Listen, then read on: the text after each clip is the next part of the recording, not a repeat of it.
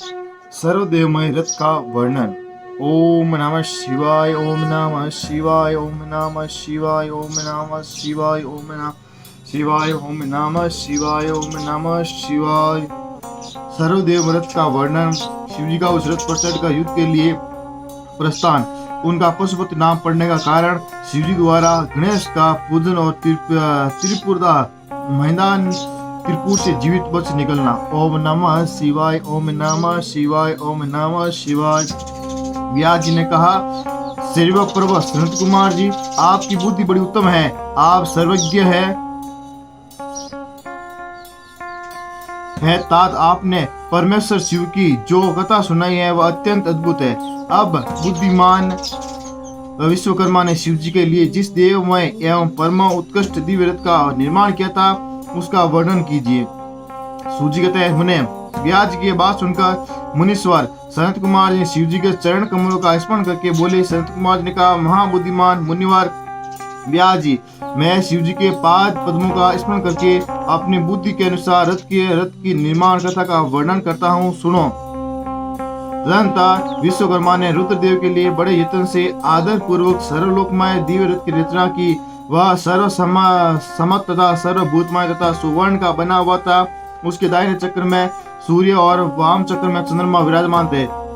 दाहिने चक्र में बारह अरे लगे हुए थे, जिन्हें 12 सूर्य प्रतिष्ठित थे, और बायां पहिए में 16 और अरुत था, जिनमें चंद्रमा की 16 कलाएं विराजमान थी। उत्तम व्रत का पालन करने वाले विप्रवेंद्र अश्विनी आदि सभी 2700 नक्षत्र भी उस वाम चक्र की भी ही शोभा बढ़ा रहे थे। विप्र श्रेष्ठ 6 ऋतुओं उन दोनों पहियों के नेमी बनी अंतरिक्ष रथ का अग्रभाग हुआ। मंद्राचल के रथ की बैठक का स्थान ग्रहण किया। उदयाचल और अस्ताचल ये दोनों उस रथ के कुबर हुए। महामेरु अधिष्ठान हुआ और शाखा पर्वत उसकी आश्रय स्थान हुए। संवत्सर उस रथ का वेग, उत्तरायण और दक्षिणायन दोनों लोह धारक मुहूर्त बंधुर रसा कलाएं उसकी किले हुई। काष्ठाय उसका घोड़ा, नासिका रूप अग्रभाग, अक्षण सण और अक्षदंड, निमेष अनुक्रस नीचे का काष्ठ और लव ईशान दंड हुआ। दुर्लोक इस रथ का वृत ऊपरी पर्दा तथा स्वर्ग और मोक्ष ध्वजा हुई। अब्रमु एरावत की पत्नी और कामधेनु जुए के अंतिम छोर पर स्थित हुए। अव्यक्त प्रकृति उसका ईशान दंड हुआ। ईशान दंड बुद्धि, नडवल, अहंकार, कोणा और पंच महाभूत उसका बल थे। मनुष्य इंद्रियों से चारों ओर से विभूषित कर रही थी और श्रद्धा उस रथ की चाल थी। उस समय वेदों के 6 अंग ही उसके विभूषण और पुराण, न्याय, मीमांसा तथा धर्मशास्त्र उपभूषण हुए। संपूर्ण शुभ लक्षणों से युक्त बल संपन्न श्रेष्ठ मंत्र घंटा के स्थानापन्न हुए और वर्ण तथा आश्रम उसके पाद बने। सहस्त्र फणों से सुशोभित शेषनाग बंदरज रजु हुए और दिशाएं तथा उपदिशाएं उसके पाद बनी। पुष्कर आदि तीर्थों ने रत्न जटित स्वर्णमय पताकाओं को स्थान ग्रहण किया और चारों समुद्र उस रथ के आच्छादन वस्त्र बने। गंगा उससे आदि सभी श्रेष्ठ सरिताएं और सुंदरी स्त्रियां रूप धारण किया और समस्त आभूषणों से विभूषित हो हाथों पर चढ़ ले यत्र तत्र स्थित होकर वे रथ की शोभा बढ़ाने लगी। आवह आदि सातों वायुओं ने स्वर्णमय उत्तम सोपान का काम संभाला। लोकालोक पर्वत उसके चारों ओर का उपसोपान हुआ और मानस आदि सरोवर सुंदर बाहरी विस्म स्थान हुए। सारे वर्षाचल उसके चारों ओर से पास बने और नीचे के लोगों के निवास उस रथ का तलभाग हुए। देवादिदेव भगवान ब्रह्मा लगाम पकड़ने वाले सारथी हुए और ब्रह्मा देवता ओमकार उन ब्रह्मा देव का चाबुक हुआ। अहंकार विकार विशाल छात्र का रूप धारण किया। मंद्राचल पार्श्व भाग का दंड हुआ। शैलराज हिमाचल धनुष और स्वयं नागराज शेष उसकी प्रत्यंचा बने। श्रुति रूपिणी सरस्वती देवी उस धनुष की घंटा हुई और महातेजस्वी विष्णु बाण तथा अग्नि उस बाण के नोक बने। मुने चारों वेद उस रथ में जो जुटने वाले 4 घोड़े कहे गए। इसके बाद शेष बची हुई ज्योतियां पुनः अश्वों की आभूषण हुई। विशेष उत्पन्न हुई वस्तुओं ने सेना का रूप धारण किया। वायु बाजा बजाने वाले और व्यास आदि मुख्य ऋषि वाहक हुए। मुनीश्वर अधिक कहने से क्या लाभ है, मैं संक्षेप में बतलाता हूँ कि ब्रह्मांड में जो कुछ वस्तु थी वह सब उस रथ में विद्यमान थी।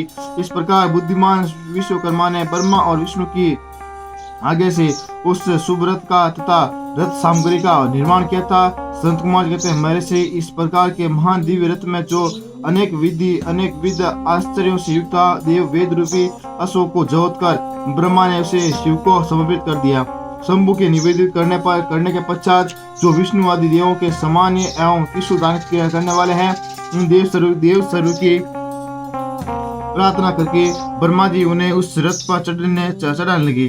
तब महान ईश्वरशाली सर्वदेव में शंभु रथ सामग्री को युक्त उस दिव्य रथ पर आरूढ़ हुए। उस समय ऋषि देवता गंधर्व नाग लोकपाल और ब्रह्मा विष्णु भी उनकी स्तुति कर रहे थे। गान विद्या विशाल अप्सराओं के गण उन्हें घेरे हुए थे। सारथी के स्थान पर ब्रह्मा को देखकर उन वरदायक शंभु की विशेष शोभा हुई। लोक की सारी वस्तुओं से कल्पित उस रथ पर शिव जी चढ़ ही रहे थे कि वेद संबुद्ध के घोड़े सिर के बल भूमि पर गिर पड़े। पृथ्वी में भूकंप आ गया, सारे पर्वत डगमगाने लगे। सहसा शेषनाग शिव जी का भार न सह सकने के कारण आतुर हो कांप उठे। तब उसी क्षण भगवान धरणीधर ने उठकर नंदीश्वर का रूप धारण किया और रथ के नीचे जाकर उसके ऊपर को उठाया, परंतु नंदीश्वर भी रथारूढ़ महेश के उस उत्तम तेज को सहन न कर सके, अतः उन्हें तत्काल ही पृथ्वी पर घुटने टेक दिए। तत्पश्चात भगवान ब्रह्मा ने शिव जी की आज्ञा से हाथ में चाबुक ले घोड़े को उठाकर उस श्रेष्ठ रथ को खड़ा किया। तदंतर महेश द्वारा अधिष्ठित उस उत्तम रथ में बैठे हुए ब्रह्मा जी ने रथ में जुते हुए मन और वायु को समान वेगशाली दिव्यमय अश्वों को उन तपस्वी दानवों के आकाश से स्थित तीनों पुरों को लक्ष्य करके आगे बढ़ाया। तत्पश्चात लोगों के कल्याणकर्ता भगवान रुद्र देवों की ओर दृष्टिपात करते हुए कहने लगे, सुरश्रेष्ठों, यदि तुम लोग देवों तथा अन्य प्राणियों के विषय के प्रत्येक पशु तत्वों की कल्पना करके उन पशुओं को आद्यापति पूज्य प्रदान करोगे, तभी मैं उन असुरों को संहार करूंगा, क्योंकि वे दैत्य श्रेष्ठ तभी मारे जा सकते, अन्यथा उनका वध असंभव है। संत कुमार जी कहते हैं, मुने अगाध बुद्धि संपन्न देवादिदेव भगवान शंकर की यह बात सुनकर सभी देवता पशु तत्वों के प्रति संशंकित हो उठे, जिससे उनका मन खिन्न हो गया। तब उनके भाव को समझकर देव अंबिकापति शंभु करुणा रुद्र हो गए। फिर वे हंसकर उन देवताओं से इस प्रकार बोले, शंभु ने कहा, देव श्रेष्ठों, पशु भाव प्राप्त होने पर भी तुम लोगों को पतन नहीं होगा। मैं उस पशु भाव से विमुक्त होने का उपाय बतलाता हूँ, सुनो और वैसा ही करो। समाहित करने मन वाले देवताओं, मैं तुम लोगों से सच्ची प्रतिज्ञा करता हूँ कि जो इस दिव्य पाशुपत व्रत का पालन करेगा, वह पशु तत्व से मुक्त हो जाएगा। सुश्रेष्ठों, तुम्हारे अतिरिक्त जो अन्य प्राणी भी हो मरे पाशुपत व्रत को करेंगे, वे भी निसंदेह पशु तत्व से छूट जाएंगे। जो नैष्ठिक ब्रह्मचार्य के पालन करते हुए 12 वर्ष तक, 6 वर्ष तक अथवा 3 वर्ष तक मेरी सेवा करेंगे अथवा कराएंगे, वह पशु तत्व से विमुक्त हो जाएंगे। इसलिए श्रेष्ठ देवताओं में तुम लोग जब इस परम उत्कृष्ट दिव्य व्रत का पालन करोगे, तो उसी समय पशु तत्व से मुक्त हो जाओगे। इसमें कुछ भी संशय नहीं है। संत कुमार कहते हैं, महर्षि परमात्मा महेश्वर का वचन सुनकर विष्णु और ब्रह्मा आदि देवताओं ने कहा, तथेति ब्रह्मा, बहुत अच्छा, ऐसा ही होगा। इसलिए बड़े बड़े देवता तथा असुर भगवान शंकर के पशु बने और पशु तत्व रूपी पास से विमुक्त करने वाले इंद्र पशुपति हुए। तभी से महेश्वर का पशुपति ये नाम विश्व में विख्यात हो गया। ये नाम समस्त लोगों में कल्याण प्रदान करने वाला है। उस समय संपूर्ण देवता तथा ऋषि हर्ष मगन होकर जय जयकार करने लगे और देवेश्वरी ब्रह्मा विष्णु तथा अन्य न्याय प्राणी भी परमानंद मगन हो गए। उस अवसर पर महात्मा शिव का जैसा रूप प्रकट हुआ था, उस वर्णन सैकड़ों वर्षों में भी नहीं हो सकता। तदंतर जो शिव तथा संपूर्ण जगत के स्वामी और समस्त प्राणियों के सुख प्रदान करने वाले हैं, वे महेश्वर सुजित होकर त्रिपुर का संहार करने के लिए उपस्थित हुए। जिस समय देव महादेव त्रिपुर का विनाश करने के लिए चले, उस अवसर पर देवराज आदि सभी प्रधान देवता भी उनके साथ प्रस्थित हुए। पर्वत के समान विशाल काय उन सूर्येश्वरों का मन प्रसन्न हो था। वे सूर्य के समान प्रकाशित हो रहे थे। वे सभी हाथों में हल, साल, मुसल, भूसुंडी और नाना प्रकार के पर्वत जैसे विशाल आयुधों का धारण करके हाथी, घोड़े, सिंह, रथ और बैलों पर सवार हो चल रहे थे। उस समय जिनके शरीर परम प्रकाशमान थे और मन महान उत्साह से संबंध थे तथा जो नाना प्रकार के अस्त्र शस्त्रों से सुसज्जित थे।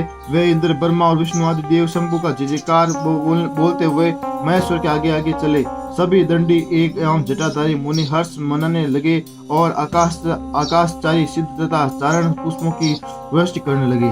विपेंद्र त्रिपुर की यात्रा करते समय जितने गणेश्वर शिव जी के साथ थे उनकी गणना करके कौन पार पा सकता है। तथापि मैं कुछ का वर्णन करता हूँ। योगिनी समस्त गणराज्यों में श्रेष्ठ भृंगी गणेश्वर तथा देवगणों से गिरकर विमान पर आरूढ़ हो महेंद्र की भांति त्रिपुर का विनाश करने के लिए चले।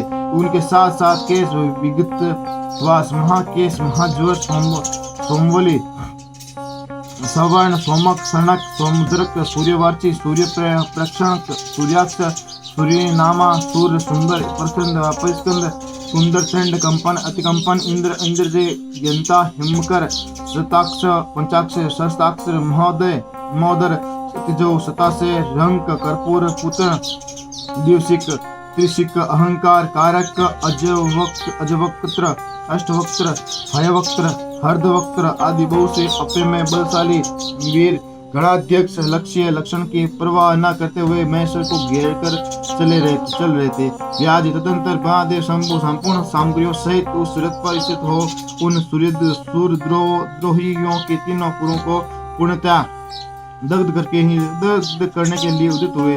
उन्होंने रथ के शीर्ष स्थान पर स्थित हो उस महान अद्भुत धनुष पर प्रत्यंचा चढ़ाया और उस पर उत्तम बाण का संधान करके वे रोषावेश में होठ को चाटने लगे। फिर धनुष की मूठ को दृढ़ता पूर्वक पकड़कर और दृष्टि मिलाकर वे वहां अचल भाव से खड़े हो गए, परंतु उनके अंगूठे के अग्रभाग में स्थित होकर गणेश के निरंतर पीड़ा ही पहुंचते रहे, जिसे वे तीनों त्रिशूलधारी शंकर का लक्ष्य नहीं बन सके। तब धनुष बाणधारी मुंजकेश विरूपाक्ष शंकर ने परम शोभन आकाश वाणी सुनी। उस व्योम वाणी ने कहा, हे सूर्यशाली जगदीश्वर, जब तक आप इन गणेश की अर्चना नहीं कर लेंगे तब तक इन तीनों पुरों को संहार नहीं कर सकेंगे। तब ऐसी बात सुनकर अंधकासुर के निहंता भगवान शिव ने भद्रकाली को बुलाकर गजानन का पूजन किया। तब जब हर्षपूर्वक विधि विधान सहित अग्रभाग में स्थित उन विनायक की पूजा की गई, तब वे प्रसन्न हो गए। फिर तो भगवान शंकर को उन तार का पुत्र महानंदस्वी द्वितीय के तीनों नगर यथोक्त रूप से आकाश में स्थित दिख पड़े। इस विषय में कुछ लोग ऐसा कहते हैं कि जब शिवजी स्वयं स्वतंत्र परम ब्रह्मा सगुण निर्गुण सबके द्वारा अलग से स्वामी परमात्मा निरंजन पंचदेवों के उपास्य और परात्पर प्रभु है, वे ही सबके उपास्य है, उनका उपास्य कोई नहीं है, तब सबके वंदनीय परम ब्रह्मा स्वरूप उन देवेश्वर महेश्वर के विषय में ये बात उचित नहीं जान पड़ती कि उनकी कार्य सिद्धि अन्य की कृपा कर अवलंबित हो, परंतु उन्होंने उन देवादिदेव वरदानी महेश्वर के चरित्र में लीलावश सब कुछ घटित हो सकता है। अस्तु इस प्रकार जब गणादीप का पूजन करके महादेव स्थित हुए, तब वे तीनों पुर कालवश शीघ्र ही एकता को प्राप्त हो गए। मुने उन त्रिपुरों के परस्पर मिलकर एक हो जाने पर महान आत्मबल से संपन्न देवताओं में महान हर्ष हुआ। तब संपूर्ण देवगण सिद्ध और परमर्षि अष्टमूर्तिधारी शिव की स्तुति करके उस ओर से जय जयकार करने लगे। उस समय ब्रह्मा और जगदीश्वर विष्णु ने कहा, महेश्वर के तारक पुत्र उन त्रिपुर निवासी दैत्यों को वध का समय भी आ गया है, विभो इसलिए ये पूरी एकता को प्राप्त हो गए। अतः देवेश जब तक ये त्रिपुर पुनः विलग हो उसके पहले ही आप बाण छोड़कर इन्हें भस्म कर डालिए और देवताओं का कार्य सिद्ध कीजिए। उन्हें तदंतर शिवजी ने धनुष की डोरी चढ़ाकर उस पर पूज्य पाशुपत्रा स्त्र नामक बाण का संतान किया और उसे वे त्रिपुर छोड़ने का विचार करने लगे। शंकर जी के जिस समय अपने अद्भुत धनुष को खींचा था उस समय अभिजीत मुहूर्त चल रहा था। उन्होंने धनुष की टंकार तथा दूसर सिंहनाद करके अपना नाम घोषित किया और उन महाअसुरों का ललकार कर करोड़ों सूर्य के समान प्रकाशमान उस भीषण बाण को उन पर छोड़ दिया। तब जिसके नोक पर अग्निदेव पति थे और जो विशेष रूप से पाप का विनाश तथा विष्णुमय था, उस महान जाज्वल्यमान शीघ्रगामी बाण ने उन त्रिपुर निवासी दैत्यों को दग्ध कर दिया। तत्पश्चात वे तीनों पुर भी भस्म हो गए और एक साथ ही चारों समुद्रों रूपी मेखला वाली भूमि पर गिर पड़े। उस समय शिवजी की पूजा का अतिक्रमण कर देने के कारण सैकड़ों दैत्य उस बाण स्थित अग्नि से जलकर हाहाकार मचा रहे थे। जब भाइयों सहित तारकाक्ष जलने लगा, तब उसने अपने स्वामी भक्तवत्सल भगवान शंकर का स्मरण किया और मन निमन महादेव को देखकर परम भक्तिपूर्वक नाना प्रकार की विलाप करता हुआ वह उनसे कहने लगा। तारकाक्ष बोला, भाइयों आप हम पर प्रसन्न हैं, यह हमें ज्ञात है। इस सत्य के प्रभाव से आप फिर कब भाइयों सहित हमको दग्ध करेंगे। भगवान जो देवता और असुरों के लिए अप्रवाह है, वह आपके हाथ से मरण रूप दुर्लभ लाभ हमें प्राप्त हो गया। जब जिस योनि में हम जन्म धारण करें, वह हमारी बुद्धि आपके भक्ति से भावित हो रहे। मुनि यो वे दिव्य विलाप कर ही रहे थे कि शिव जी की आगे से उस अग्नि ने उन्हें अद्भुत रीति से जलाकर राख की ढेरी बना दी। व्यास जी और भी जो बालक और वृद्ध दानव थे, वे शिवा ज्ञानानुसार उस अग्नि द्वारा शीघ्र ही जलकर भस्म हो गए। यहाँ तक कि उन त्रिपुरों में जितनी स्त्रियां और पुरुष थे, वे सब के सब उस अग्नि से उसी प्रकार दग्ध हो गए जैसे कल्पा अंत में जगत भस्म हो जाता है। उस समय उस भीषण अग्नि से कोई भी स्थावर जंगम बिना जले ही नहीं बचा, किंतु असुरों की विश्वकर्मा अविनाशी बच गया, क्योंकि वह देवों के अविरोध शंभु के तीर से सुरक्षित हो और सद्भक्त था। विपत्तियां अवसर पर भी वह महेश्वर का शरणागत बना रहता था। जिन दैत्यों ने तथा अन्य प्राणों को भाव अभाव अथवा कृत अकृत के प्राप्त होने पर नाश कारक पतन नहीं होता, वे विनाश से बचते रहते हैं। इसलिए सत्पुरुषों का अत्यंत संभावित उत्तम कर्म के लिए ये प्रयत्न करना चाहिए, क्योंकि निंदित कर्म करने से प्राणी का विनाश हो जाता है। अतः ग्रहित कर्म का उच्चारण भूलकर भी न करें। उस समय भी जो दैत्य बंधु बांधव सहित शिव जी की पूजा में तत्पर थे, वे सब के सब शिव पूजा के प्रभाव से दूसरे जन्म में गणों के अधिपति हो गए। बोले शिव शंकर भोलेनाथ की जय हो।